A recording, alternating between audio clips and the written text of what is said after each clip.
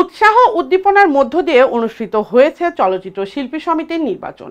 প্রবীণ তরুণ অভিনেতা অভিনেত্রীদের পদচারণায় মুখর ছিল এফডিসির প্রাঙ্গণ। এরই মধ্যে দেশে ফিরেছেন ঢাকাই সিনেমার জনপ্রিয় অভিনেত্রী শাবনূর।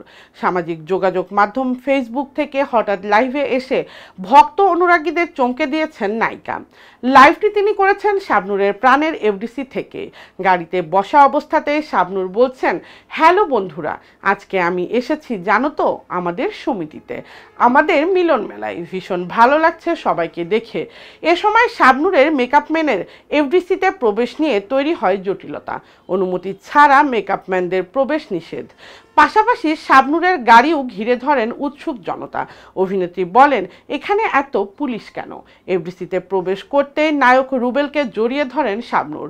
রুবেল বলেন, বাংলাদেশের অন্যতম একজন স্টার আমার এ আদরের ছোট বোনটি।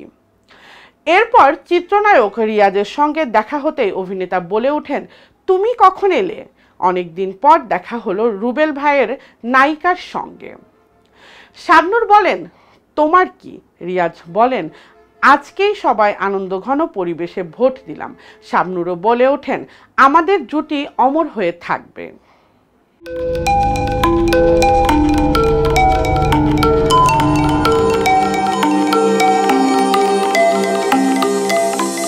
টিভি দেশ ও দশের কথা বলে।